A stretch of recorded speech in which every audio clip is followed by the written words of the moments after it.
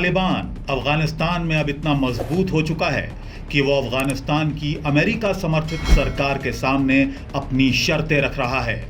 अभी हाल ही में उसने अपने 7,000 लड़ाकों को छोड़ने की शर्त रख दी है, जिसके बदले में वो 3 महीने तक संघर्ष विराम पर कायम रहेगा। इसके अलावा उसने दूसरी शर्त यह भी रखी है कि उसे यूएन की ब्लैक लिस्ट से बाहर किया जाए। जानकार मानते हैं कि अफगानिस्तान में तालिबान लड़ाकों की मजबूती की वजह से अफगान सरकार उनकी दोनों शर्तों को इनकार करने की हालत में नहीं है।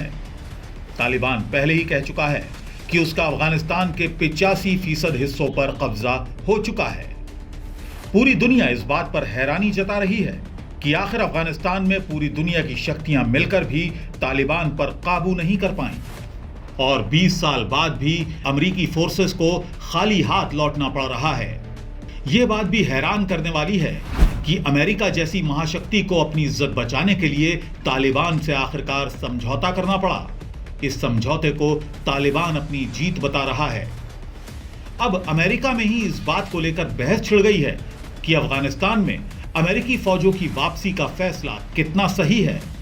अमेरिका के पूर्व राष्ट्रपति जॉर्ज बुश ने इसे गलती बताया है। उनका कहना है कि नेटो फोर्सेस की वापसी से वहां रह रहे अमेरिकी समर्थक खतरे में आ जाएंगे, जबकि मौजूदा राष्ट्रपति जो बाइडेन अमेरिकी फोर्सेस की जल्द वापसी के पक्ष में हैं। उनका कहना है कि हम अफगानिस्तान का नवनिर्माण करने नहीं गए थे।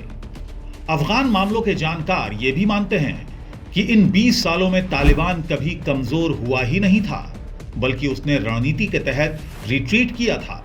पिछले दिनों हुए एक समझौते में अफगान सरकार को तालिबान के 5,000 लड़ाके छोड़ने पड़े थे। बीबीसी की एक रिपोर्ट के मुताबिक उनमें से ज्यादातर लड़ाके दोबारा से जंग के मैदान में उतर चुके हैं। अमेरिकी फोर्सेस के बिना अफगान सरकार का तालिबान के खिलाफ जंग जीतना लगभग नामुमकिन हो गया है और जिस तरह से तालिबान के लड़ाके एक के बाद एक जिलों पर कब्जा कर रहे हैं, देखकर लगता है कि काबुल भी उनकी पहुंच से बहुत दूर नहीं है।